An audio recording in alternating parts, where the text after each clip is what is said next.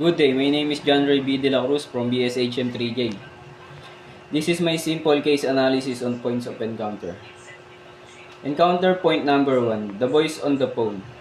For problem, in the current situation at the hotel, several key issues have been identified that negatively impact the guest experience.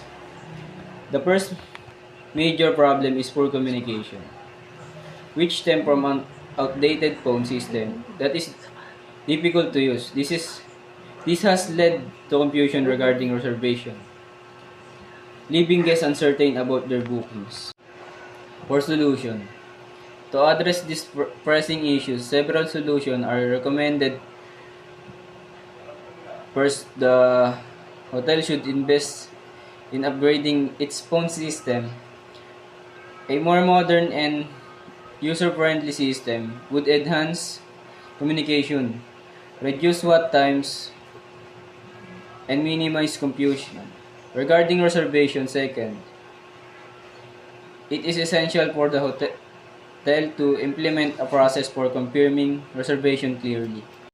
For recommendation, in addition to the proposed solution, several recommendations can further enhance the guest experience. One key recommendation is to consider having stop assist with pickups during bad weather. And counterpoint number 2, our delightful driver.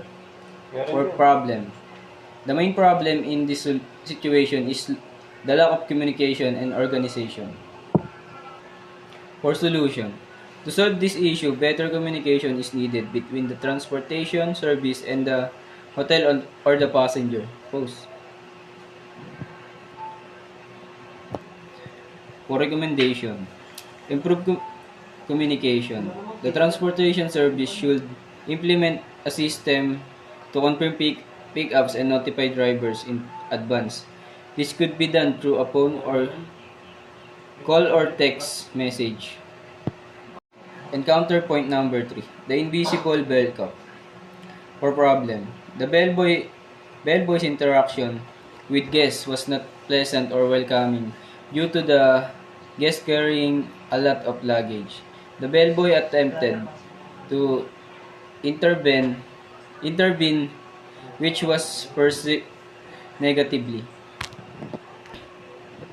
For solution, implement normal training session focuses on customer service skill, emphasizing empathy. For recommendation, encourage bellboy to engage with guests in a friendly way, introducing themselves and asking if they need help in a warm, welcoming tone. And counterpoint number 4, the front desk.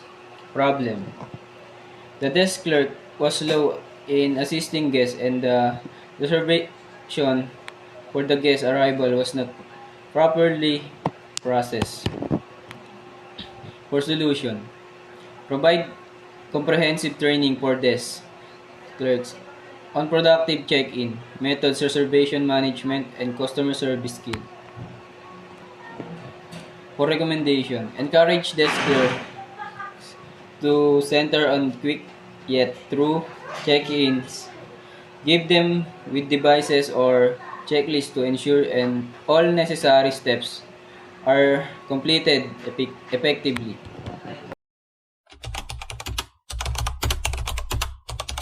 Start by explaining what are points of encounter all about. Include the importance of these points of encounter to the hotel operation. Points of encounter are just the time when guests interact with hotel staff, like when checking in or asking for help.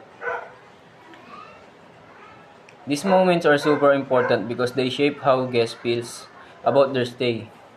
A good experience can make guests come back, while a bad one can ruin the hotel reputation. Number 2, explain the setting of the story. Background of the story. Where were the guests when they made the call to the hotel? What is the purpose of the call? The guests were probably in their room or maybe somewhere in the hotel When they called, they might needed something like extra towel, help with the problem, or maybe even to complain about something that wasn't right. Number 3. Go to each encounter point. Identify the problems and the solution you have for each problem.